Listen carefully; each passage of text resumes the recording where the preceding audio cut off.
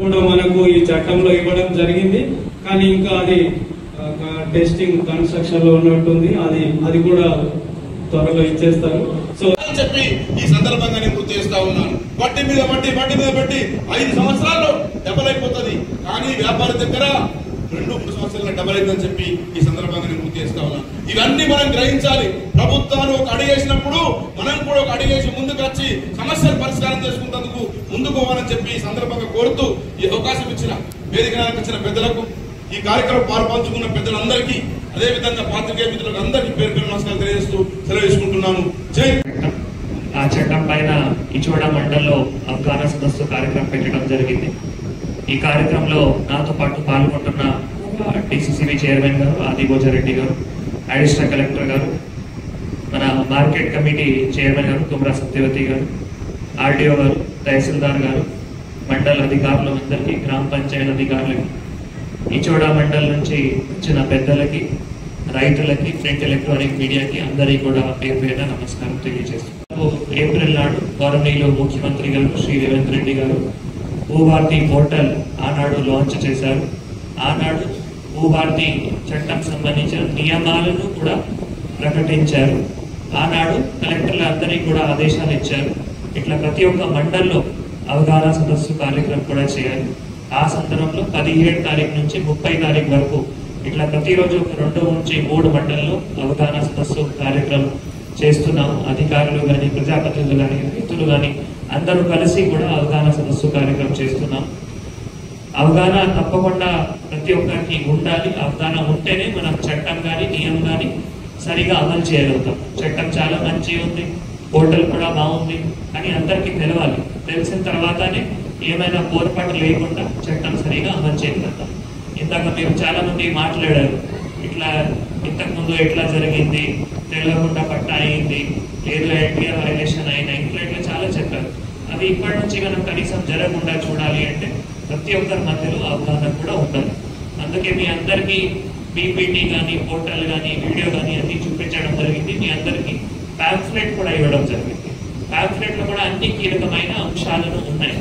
దయచేసి ప్యాంఫ్లెట్ చదవండి, చర్చ చేయండి. చట్టం పైన కూడా చర్చ చేయండి. చట్టంలో కానీ, నియమాల్లో కానీ ఇంకేమైనా మార్పులు కూడా రావాలి అంటే ఈరోజు కొన్ని విషయాలు మీరు మాకు తెలియజేశారు. ఇంకా కూడా ఏమైనా మార్పులు రావాలి అంటే దయచేసి ఇక్కడ ఎంఆర్ఐ కూడా తెలియజేయండి. మనం అన్ని ఈరోజు మినిట్స్లో కూడా రాసి ప్రభుత్వానికి సబ్మిట్ చేస్తున్నాం. ఇట్లా సమస్య ఉన్నాయి, ఈ సమస్యకి ఏ విధంగా పరిష్కారం రావాలి అంటే కొన్ని మా లెవెల్లో అయితే వెంటనే చేయగలుగుతాం. కొన్ని ప్రభుత్వం దృష్టికి కూడా తీసుకొని వెళ్లాల్సిన అవసరం ఉంటుంది. చట్టం గురించి చెప్తే మేజర్గా మీరు చదివి ఉండొచ్చు, విని ఉండొచ్చు. ఒకటి ROR కరెక్షన్, ROR సవరణ చేయడానికి అవకాశం ఉంది.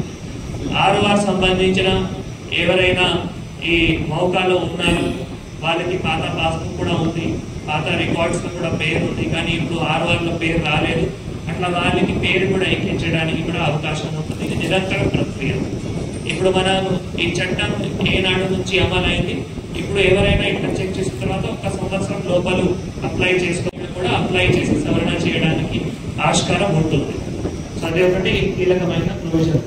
విరాసత్ గురించి కూడా ఇందాక కొందరు చెప్పారు, ఒక 2-3కి అయింది, మిగతా విరాసతులకి కాలేదు. అవి జరగకుండా చూడాలి అంటే తహసీల్దార్కి ఎంక్వైరీ కానీ నోటీస్ చేయడానికి చట్టంలో ప్రొవిజన్ పెట్టడం జరిగింది. సో దట్ ఫ్యూచర్లో ఇట్లా జరగకుండా ఉండాలి. తర్వాత ఇప్పటి వరకు ఇట్లా ఏవైతే జరిగినాయో వాటికి మళ్ళీ అప్పీల్ వ్యవస్థ కూడా తీసుకొని రావడం జరిగింది. తహసీల్దార్ ఒక ఉత్తర్వులు ఇచ్చారు. ఇందాక వాళ్ళు 3 మాట్లాడేటప్పుడు అట్లా చెప్పారు, సర్వేసినామా యాక్చువల్గా విరాసతులకి రావాలి, కానీ ఎవరైనా ఇట్లా అమ్మడం జరిగింది. సో అవి వాటికి మళ్ళీ తహసీల్దార్, ఈ రోజు తహసీల్దార్ గారు కూడా చాలా మంది ఎంఆర్ఓ చాలా మంది ఇక్కడ ఏవైతే సమస్యలు చెప్పారో కౌన్సిల్స్ లో కూడా సబ్మిట్ చేస్తున్నారు. మన దగ్గర టైం ఉంది, ఎంక్వైరీ చేసుకొని రిపోర్ట్స్ మీరు కన్సర్న్ అధికారులకి సబ్మిట్ చేయండి. ఆర్డీఓ గారు కానీ లేదు మాకు కానీ సబ్మిట్ చేస్తే అపీల్ వ్యవస్థ ఎక్కువ ఎనేబుల్ అయితే అప్పుడు వాళ్ళు అపీల్ చేసి మనం త్వరలోనే వారికి న్యాయం కూడా చేయడానికి ఆస్కారం ఉంది. మనం ఎవరైనా ఏం చెప్పాము, మీరు సివిల్ కోర్టుకి వెళ్ళండి, అక్కడ వెళ్ళండి. కానీ ఇది అపీల్ వ్యవస్థ రావడం వల్ల తహసీల్దార్ ఉత్తర్వుల పైన అభ్యంతరం ఉంటే ఆర్డీఓకి అపీల్ చేయొచ్చు, ఆర్డీఓ ఉత్తర్వుల పైన అభ్యంతరం ఉంటే కలెక్టర్కి అపీల్ చేయొచ్చు. మీరు అపీల్ కూడా ఏ విధంగా చేయాలి, దాన్ని కూడా ఉచిత న్యాయ సహాయం కూడా ఇవ్వడానికి చట్టంలో అవకాశం ఉంది. దానికి సంబంధించిన ఒక పారాలీగల్ ఎయిడ్ ఎవరైతే ఉన్నారో వాళ్ళు ఆర్డీఓ ఆఫీస్ లో, కలెక్టర్ ఆఫీస్ లో ఉంటే ఎవరైనా ఇట్లా అప్పీల్ కోసం వస్తున్నారో వారికి గైడ్ చేస్తూ కూడా అప్పీల్ చేయడానికి కూడా ఆస్కారం ఉంటుంది. ఇంకొక కీలకమైన అంశం, ఇందాక ఒక పెటిషన్ వచ్చింది సాధారణ క్రమబద్ధీకరణ. అవి కూడా ఎవరైతే అప్లై చేశారు 2020 సంవత్సరంలో 2020లో అప్పుడు అక్టోబర్ నుంచి డిసెంబర్ ఎవరైతే అప్లై చేశారో వారికి సాధారణ క్రమబద్ధీకరణ కూడా చేయడానికి ఆస్కారం ఉంటుంది.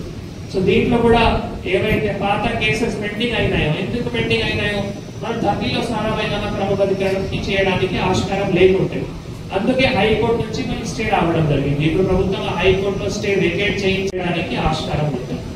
ఇందాక మీరు అన్నారు దానికి ఇట్లా మండల్లో చేస్తున్నాము, గ్రామంలో కూడా చేయాలి. సో ఒక 2-3 మార్గాలు ఉన్నాయి. ఒకటి ఇక్కడ ఎవరైతే వచ్చారో వీళ్ళే చర్చ చేసుకుని గ్రామంలో అవగాహన తీసుకొని రావాలి.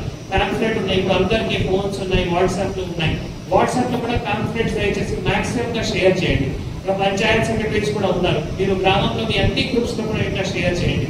ఏమైనా కోరుకున్నా మీ విలేజ్ సంబంధించిన ఏమేమి గ్రూప్స్ ఉన్నాయో అన్నింటిలో పాంఫ్లెట్ సాఫ్ట్ కాపీ కూడా షేర్ చేయండి. అది చదివితే అవగాహన వస్తాయి. ఇంకొక ఏం మార్గం అంటే రెవెన్యూ సమస్యలు చేయాలి. ఎప్పుడు మనం మీకు తెలుసు మన రాష్ట్రంలో 4 మండలాల్లో పైలట్ గా రెవెన్యూ సమస్యలు చేస్తున్నాం. అక్కడి నుంచి ఎట్లా ఫీడ్బ్యాక్ ఉంది, ఇంకా ఏమైనా చట్టంలో కానీ రూల్స్ లో కానీ మార్పులు రావాలి, ఇంకా ఏ విధంగా ముందుకు తీసుకుంటూ వెళ్ళాలి, దానికి ప్రభుత్వం మళ్ళీ ఆలోచన చేసి ప్రతి ఒక్క మండలంలో కూడా ఇట్లా రెవెన్యూ సమస్యలు అవుతాయి. ప్రతి ఒక్క మండలంలో ఉన్న ప్రతి ఒక్క విలేజ్ లో రెవెన్యూ సమస్యలు అవుతాయి. అక్కడ మనం మరి ఈ భూ సమస్యలు ఏవైతే ఉన్నాయో పార్టీ కేసెస్ కావచ్చు,